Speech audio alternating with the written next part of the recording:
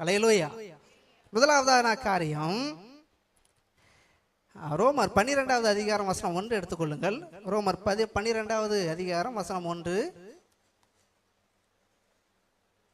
ரோமர் 12:1.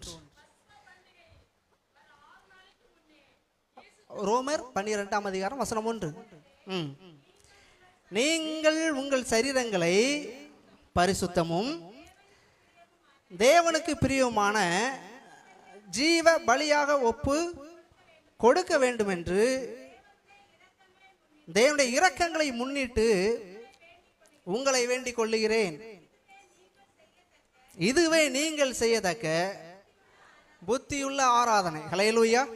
ஆலயத்தின் நன்மையினால் நாம் திருப்தி ஆக வேண்டும் என்றால் முதலாவது நமக்கு கொடுக்கப்பட்ட ஸ்லாக்கியம் என்னவென்றால், நமக்கு தேவன் கொடுத்த அந்த ஆராதனையை நாம் என்ன செய்ய வேண்டும் என்றால் பயன்படுத்தி கொள்ள வேண்டும். ஹல்லேலூயா.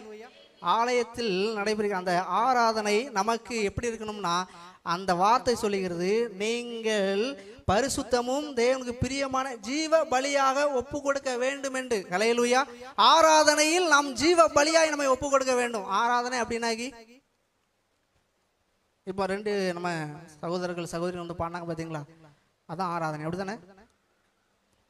எப்பொழுது நாம் முதலாவது ஜெபத்தை நாம் ஏறெடுக்கிறோமோ, கடைசி ஜெபம் வரைக்கும் ஆமீன் சொல்லி முடிக்கிறோமோ, அதுதான் ஆராதனை. அல்லேலூயா. அழகான பாடல் பாடினீங்க பார்த்தீங்களா, நீர் வாழ்க இயேசுவே, நீர் வாழ்க இயேசுவே, விண்ணோர்களோடு மண்ணுள்ளோர் என்றென்றைக்கும் வாழ்கவே. அல்லேலூயா. அந்த பாடலின் வரிகளை நாம் பாடி, ஆண்டவரே உமக்கு நன்றி அப்பா, நீர் வாழ்க இயேசுவே அப்படின்னு சொல்றோம் பார்த்தீங்களா, இருதயத்தை திறந்து. அதுதான் ஆராதனை. ஜெபிக்கும் பொழுது நாம் தேவனே உமக்கு நன்றி அப்பா, இந்த கிருபைகளுக்காய், இந்த பலத்திற்காய், நன்மைகளுக்காய் உமக்கு நன்றி என்று நாம் சொல்றோமே, அதுதான் ஆராதனை. அல்லேலூயா. பாடுகிற பாடல்கள், வாசிக்கிற வசனங்கள், கேட்கிற வார்த்தைகள், இதுதான் ஆராதனையா இருக்கிறது. அல்லேலூயா.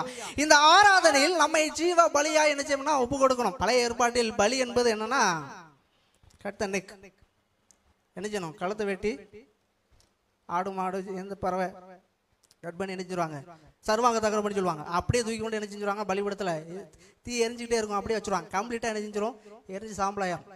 ஆனால் புதிய ஏற்பாட்டில் அப்படி அல்ல, அது ஜீவ பலியாக இருக்கிறது. ஹல்லேலூயா. நாம் கூட கொடுக்கக்கூடிய பலி ஜீவ பலியாக இருக்கிறது.